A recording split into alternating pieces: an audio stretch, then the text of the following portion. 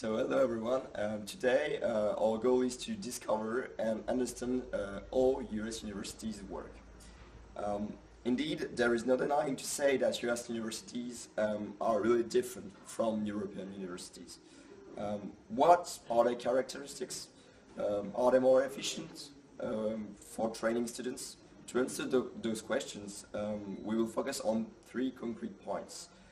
First, we will discover why the tuition fees are so high in US universities.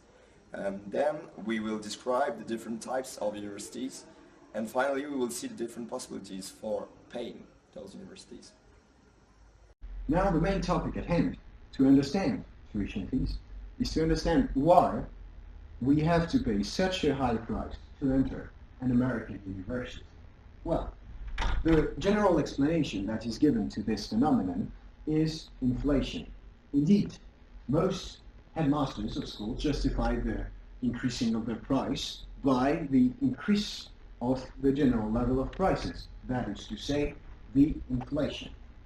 However, if you are a student and you have to consider what school you have to enter, you are submitted to inflation, that is true, but you are also submitted to the inflation of the university prices, which means that you have to make a rational calculation. Rational calculation that was theorized by Gary Becker, and thus, to fully understand this theory, we have to listen to an excerpt from our specialist of Gary Becker that I'm gonna put on right now.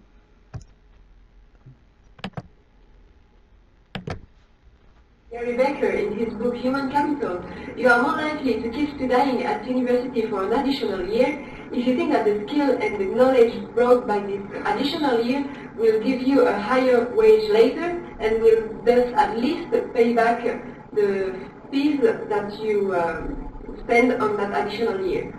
Otherwise, it will be a waste of time and money for you. So, this is precisely our point.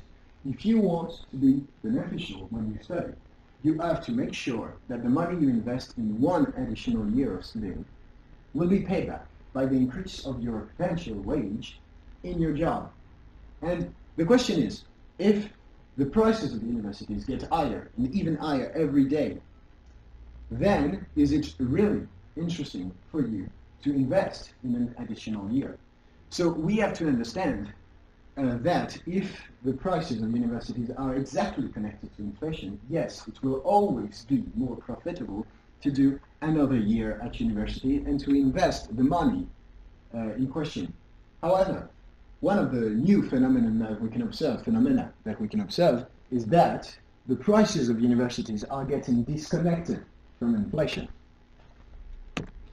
That is exactly what we can see on this graph taken from the website of CNBC. And we can see that inflation is far lower than the increase of the weight of the tuition fees of American universities. Now, why is that? Because indeed, the justification of the headmasters of these universities was right. At first, they started increasing their prices for the simple reason that the general level of prices increased, and for the simple reason that they had to follow the inflation, and that is true. You can see it at the beginning. However, why is it that now it is completely disconnected? Well, you have to take another phenomenon into account. It's the excellency of the students. Each university wants to have the best students it can. And thus, the greatest university, namely the Ivy League or the MIT, for example, wants the best students in their field of expertise. Therefore, they had to increase the price to make what we call a pre-selection by the prices. And this showed that only the most motivated would enter those schools at the peril and the expense of their money, because they are the best and they know that this was the way to follow to have the job they wanted, and thus they pre-selected the students. However, all of the schools want the best. And if the highest universities increase their prices, there will be a market tendency to increase all prices, which explains the general disconnection from inflation nowadays, when it started exactly with the inflation rate. Therefore, we have to understand what are the universities that make the difference the university that can influence and go higher than inflation itself. And to understand that, we have to focus on the different types of universities. Okay, first we'll talk about tuition fees in US universities. So I will talk about public two-year universities, and those universities are really different from four-year universities. Tuition fees are cheaper, twice cheaper, between $3,000 and $4,000 in general. And those schools are really different from public four-year colleges because they are much more. They focus much more on practical works. So the other big difference between two-year school and four-year schools is localization, because there is no denying to say that students want to escape their state when they go for 4 years, but for two-year schools it's a bit different because there is no such thing that don't want to escape their home, and they one out of two work near his home. Finally, the difference is clear. Tuition fees for two-year schools are twice cheaper, but wages at the end of the school are also twice cheaper. So we have seen that two-year public college are not that expensive. They are about $5,000 a year.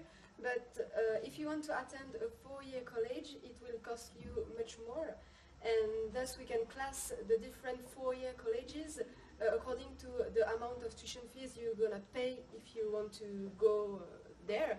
So the first category and the cheapest one is if the case of students who go in the four-year public university of their own state, and thus they are likely to pay about $10,000 without the dorm and about $20,000 if they go to the dorm at the university.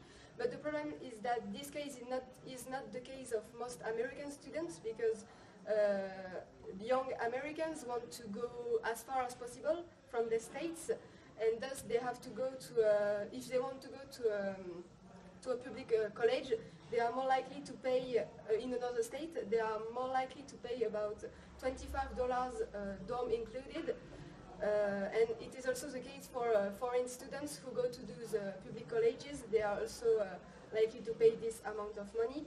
But if you are an American student or a foreign student and you want to have an academic excellence, then you have to go to the top colleges, which are also the most expensive. It's the colleges of the Ivy Leagues, such as Princeton, Yale or Harvard. And here you have to pay about $45 per year, if dorm included, if you want to follow the courses and go to these colleges. I'm going to talk about how US students pay for their tuition fees, and it's a real problem in the United States because universities are very expensive, so the students might find some problem in order to pay for their tuition fees. There are two categories of students. First of all, the students coming from privileged families. So for the students, the parents are paying for their education. It's easier for them. But there are also the students who can't afford paying for their tuition fees. So sometimes they are getting scholarships in high school. For example, if you excel in an activity like sports, music, or science, for example, you can have a scholarship. So it's easier if you get one in order to pay after for tuition fees. And sometimes in high school, during high school, students are also getting doing manual jobs in order to pay for their tuition fees, because they have school only in the morning, so they can have manual jobs in the afternoon or in the evening, and it's easier for them later to pay for their tuition fees. Okay, so to pay their tuition fees, we have to have the trend that students want to make a lot of loans. This trend has been increasing over the last few years.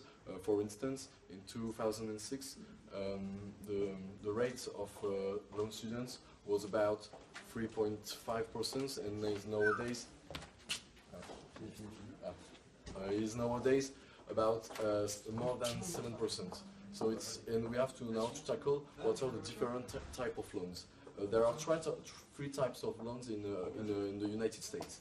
The first one is the federal loans to students, which promotes lots of advantages.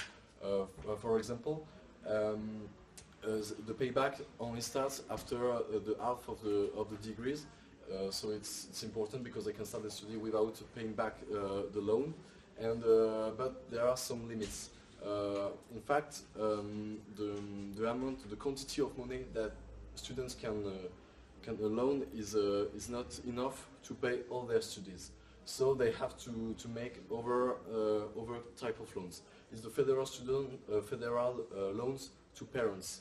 But the problem with the federal loans to parents, it's the fact that the approval is not automatic because they take into consideration the level of indebtedness of parents. So sometimes parents cannot take a loan to pay the studies of their children. So to go against this, there is a last type of loan, which is the private ones.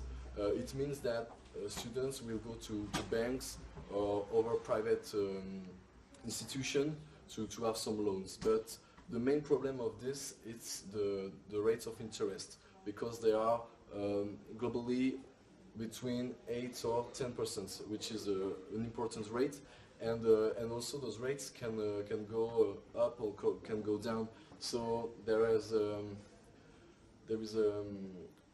debt for students if they can pay back for the future. So student loans are really important in the United States, and it tackles a real issue nowadays because there are more and more difficulties for people to pay back their loan students, and they can go in trouble if they lost their job or anything else. The last thing we would like to talk about to pay their studies, it's maybe the hot jobs. But hot jobs are not enough also to pay their studies because they have to go to their universities, they have their other activities, so even if they work, it's only a few hours a week, and it's not enough to pay. It's more for their daily life.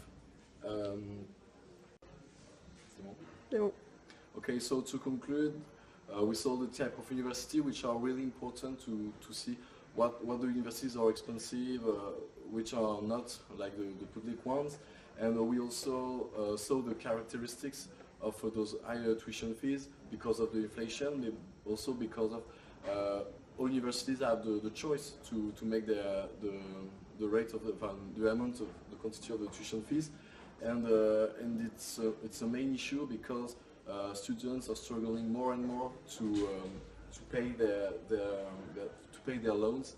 Okay, so thanks everyone for watching this video, and I hope you enjoy it. Thank you.